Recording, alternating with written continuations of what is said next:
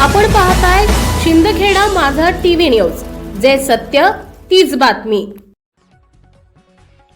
महाराष्ट्राचे लोकप्रिय नेते तथा मुख्यमंत्री देवेंद्रजी फडणवीस यांच्या वाढदिवसाचं औचित्य साधून भारतीय जनता पार्टी महिला मोर्चा धुळे ग्रामीण यांच्या वतीनं धुळे जिल्हा पालकमंत्री तथा महाराष्ट्र राज्य राज्यशिष्टाचार मंत्री जयकुमार रावल यांच्या मार्गदर्शनाखाली समाजसेवेचा संकल्प जपत शिंदखेडा तालुक्यातील निमगुळ ग्रामपंचायत सभागृहात कृषी माऊली सोहळा अत्यंत उत्साहपूर्ण वातावरणात पार पडला। महिला सक्षमीकरण, शेतकरी कुटुंबांना आधार आणि ग्रामीण विकासाला चालना देणाऱ्या या उपक्रमाअंतर्गत 100 गरजू शेतकरी महिलांना मोफत कृषी साहित्याचं वाटप करण्यात आले। या सोहळ्याच्या अध्यक्षस्थानी धुळे जिल्हा परिषदेच्या माजी अध्यक्षा धरती देवरे या होत्या। कार्यक्रमाचे प्रास्ताविक करताना भाजप महिला प्रदेश सचिव चंद्रकला सिसोदिया यांनी सांगितले की महाराष्ट्रात कृषी माऊली सोहळ्याअंतर्गत एकूण 8000 कृषी साहित्यांचं वाटप केलं जात आहे।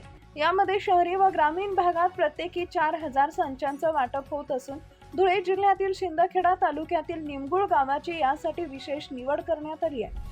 या उपक्रमाअंतर्गत महिलांना शेती कामासाठी उपयुक्त छत्री, विळा, सेंद्रिय खत आणि विविध भाजीपाल्यांच्या बियाण्यांचं वाटप करण्यात आले। कार्यक्रमादरम्यान कृषी विभागाचे प्रतिनिधी बोरसे यांनी उपस्थित महिलांना शेतीविषयक आधुनिक तंत्रज्ञान आणि शासनाच्या विविध कृषी योजनांची सविस्तर माहिती दिली। याप्रसंगी व्यासपीठावर राजकीय, सामाजिक व प्रशासकीय क्षेत्रातील अनेक मान्यवर उपस्थित होते।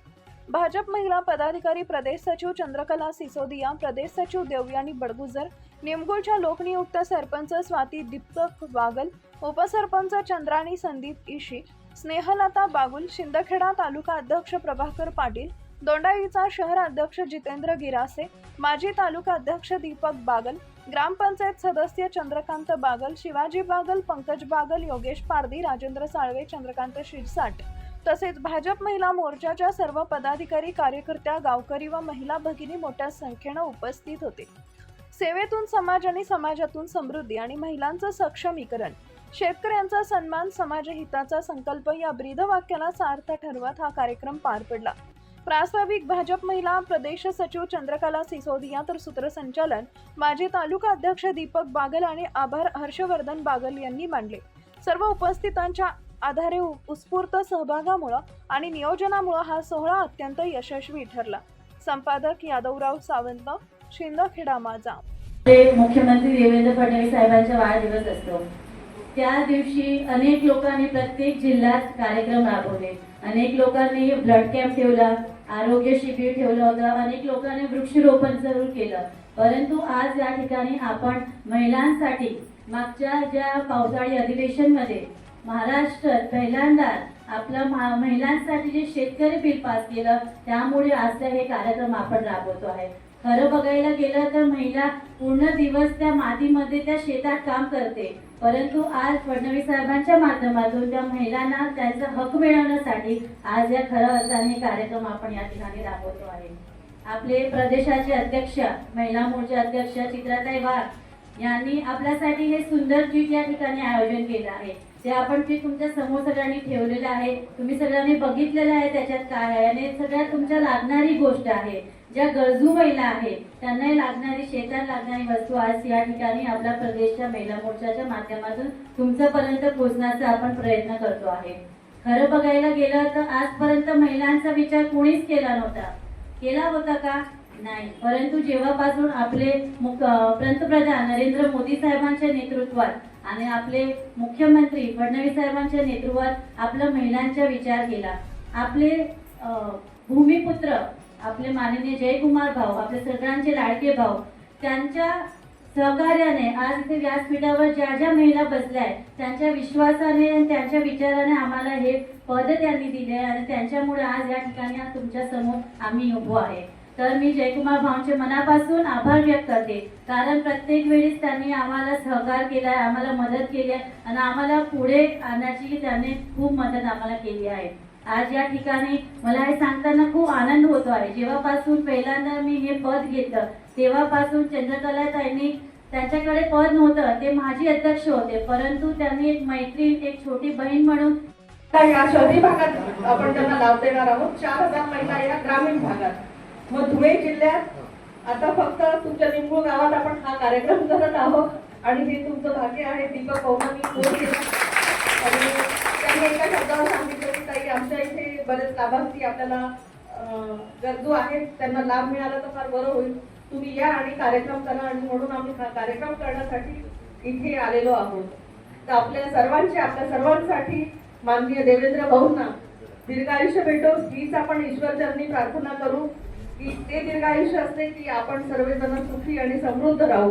यासाठी आपण ईश्वराला प्रार्थना करायची सर्वांनी की त्यांना सुखी समृद्धी ठेवा. त्यांना याच आमच्या सगळ्या कृषी माऊलींच्या तर्फे आम्ही वाढदिवसाच्या त्यांना हार्दिक हार्दिक शुभेच्छा देतो. आणि आम्हाला काम करण्यासाठी नेहमीच आमचे नेते माननीय जयकुमार भाऊ हे प्रेरित करत असतात.